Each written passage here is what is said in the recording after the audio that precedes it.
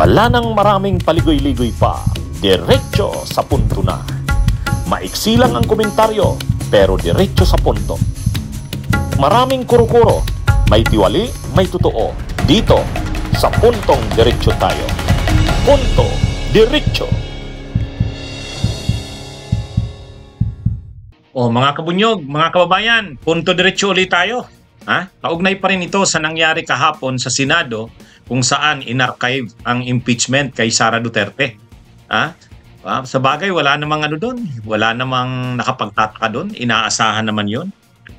Ano ba naman maasahan mo sa mga senador ngayon ng Pilipinas? Wala. Nakakasuka ang mga senador na to. Lalo na itong si Cayetano. Ang yabang pa kahapon ni Cayetano, ni Alan Peter Cayetano, si Caldero Cayetano, ang yabang. Sabi ni Alan Peter Cayetano, ang mga gusto daw kasing isulong ang impeachment kontra kay Sara, gusto lang daw kasi itong matanggal na sa pagka-Vice President at ma-disqualify na sa pagbusa 2028 para hindi na ito maging kalaban. Kasi ito daw ang pinakamabigat na kalaban sa 2028. Kaya yung nagtutulak daw ng impeachment na yan daw yung mga makakalaban ni Sara sa 2028. Siguro ang tinutukoy nila dyan ay si Martin Romualdez ng House of Representatives, Speaker ng House. Kaya ang mainsultong o mayabang na hamon ni Cayetano, huwag nyo nang pilitin na tanggalin ang Vice President. Talunin nyo na lang sa eleksyon sa 2028. Kung talagang gusto nyo, talunin nyo na kung na lang sa 2028. Yun ang mayabang na sinabi ni Cayetano. Aren't we supposed to be wiser? At hindi ba tama naman yung sinabi ng Supreme Court? Dapat may impeachment pero hindi dapat gamitin ito ng magkalaban lang sa politika. Ayaw natin maging presidente si Vice President Sara, talunin nyo na lang sa 2028. Ngayon, kung talagang may ginawa siyang masama, edi impeach pero sa tamang paraan. Mga kabunyog, mga kabayan, ang problema sa ganyang argumento, tinitingnan nila na itong ginagawa kay Sara Duterte ay politika, pamumulitika. Na itong ginagawa kay Sara Duterte ay panggigipit para hindi ito makatakbo sa 2028. Hindi lang yun. Ang talagang pinakarason dito, kaya sinusulong ang impeachment, sinusulong ito ng mamamayan para mapanagot si Sara sa kanyang mga katiwalian, sa kanyang mga pang-aabuso sa pera ng bayan. Ito ay produkto ng mga investigasyon ng Kamara kung saan nakit kung paanong garapal na ginastos ni Sara ang confidential funds ng mga departamento o opisinang hawak niya. Ito ay hindi chismis lang or intriga. Ito ay may malinaw na mga testigo at mga ebidensya. Kaya nga ang iba't ibang grupo ng mamamayan, December 2 ang nag-file ay ang grupo ni Laila de Lima. December 4 ang nag-file naman yung grupo ng Makabayan Black nila Raul Manuel at Franz Castro. Noong December 19 naman, ang nag-file naman ay yung grupo ng mga pare, mga clergy. Itong mga grupong ito, hindi naman ito namumulitika. Hindi naman to hawak ni Romualdez o nino man. Ito yung mga civil society. Ito yung laging nakikipaglaban para sa maayos na paggugobyerno at linalabanan nito ang katiwalian sa ating bansa. Hindi ito pamumulitika. Kaya yung sinasabi ni Cayetano na kung gusto daw, wag nang isulong yung impeachment na yan, pamumulitika lang yan. Kung gusto talaga, talunin na lang si Sara sa 2028, labanan na lang ito. Mali nga ang ganong premise. Ang ganong premise, ang ibig sabihin niyan, pamumulitika lang talaga itong impeachment na ito. Na itong labanan ito ay labanan ni Sara Duterte at ni Martin Romualdez. Ang pinapatamaan dito ni Cayetano, sila Martin Romualdez ng Kamara na namumulitika lang kaya sinusulong ang impeachment. Pero hindi yan ganyan. Hindi yan ganyan. Nagsagawa ng investigasyon ng Kamara, nakita ng publiko ng taong bayan kung gaano kagarapal ang ginawa ni Sara sa pundo ng bayan. Kaya ang iba't ibang civil society groups ay nag-file ng impeachment complaint. Ang mga nag-file ng impeachment complaints ay mga non-government organizations, people's organizations, civil society organizations. Hindi ito mga namumulitika. Hindi ito hawak ng Kamara, hindi ito hawak ni Martin Romualdez o nino man o sino man na may interes sa politika. Kung ito man ay inadapt o sinuportahan ng Kamara, yun ay dahil nakita nila na dapat itong suportahan. Pero walang sabwatan dito, walang conspiracy. Kaya yung mga inaakusa na ito daw impeachment ay pagsasabuatan ng mga dilawan, ng mga leftist at ng Kamara. Hindi. Hindi totoo yan. Dahil kung totoo yan, di dapat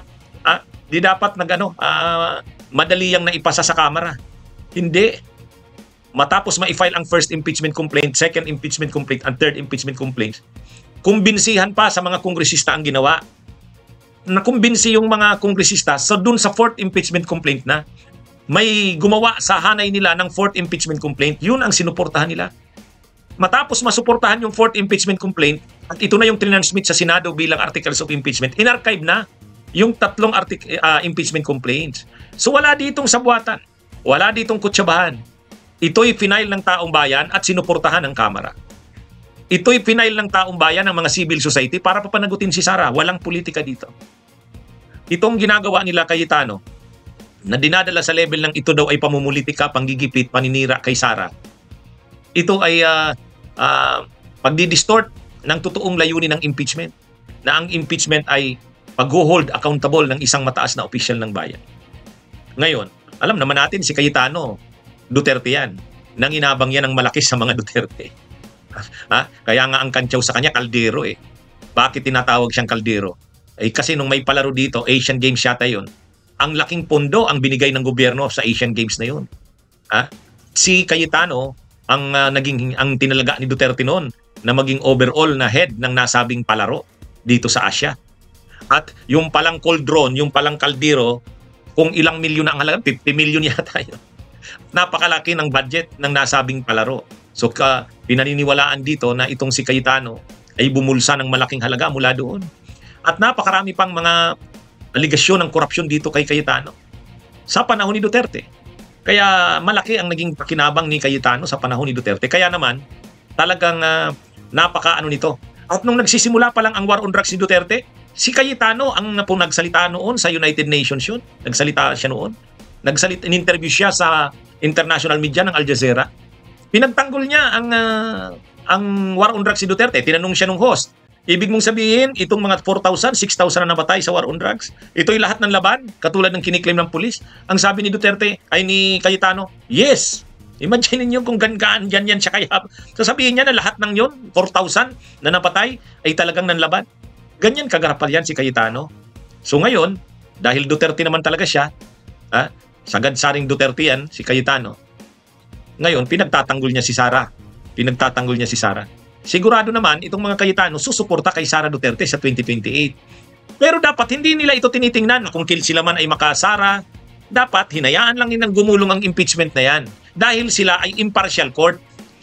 Kung ang Kamara man ay kalaban si Sara at kung sila man ay kakampi ni Sara, hindi dapat nila yan pinapatay. Kasi hindi naman politika ang nasa likod niyan. Ang nasa likod niyan ay paghahangad ng taong bayan ng pananagutan ni Sara. Yun ang yun ang binabaluktot ni Cayetano. Okay, mayabang si Cayetano, mayabang sila. Akala nila nakakasigurado silang mananalo si Sara sa 2028. Huwag muna kayo Cayetanong Huwag niyong bilangin ang sisiw hangga't hindi pa naghahats ang mga itlog. Hangga't hindi pa ang mga itlog, huwag niyong bilangin ang sisiw. Para kayong nakakasigurado. Dahil ba marami kayong mga senador na pro-Sara dyan? Dahil ba ang karamihan ng senador kakampi nyo? Mananalo na si Sara sa 2028? Huwag kayong magsalita ng tapos. Pag nagkaisa ang iba't ibang mga grupo laban kay Sara Duterte sa 2028, matitikman mo yung yabang mo, Cayetano. Kasi kung makapaghamon, parang 100%, sigurado na sila, 100% na, mananalo si Sara. Huwag kang magsalita ng tapos, Cayetano. Baka mapahiya ka. Mga kabunyog, ito ang ating Punto Diretso. Bunyog, halikan na kasama ka. Bunyog, kapag buklod ay may pag-asa. Luzon, Visayas, Mindanao, isa ang pananaw. Sa bagong Pilipinas ang bunyog isisigaw.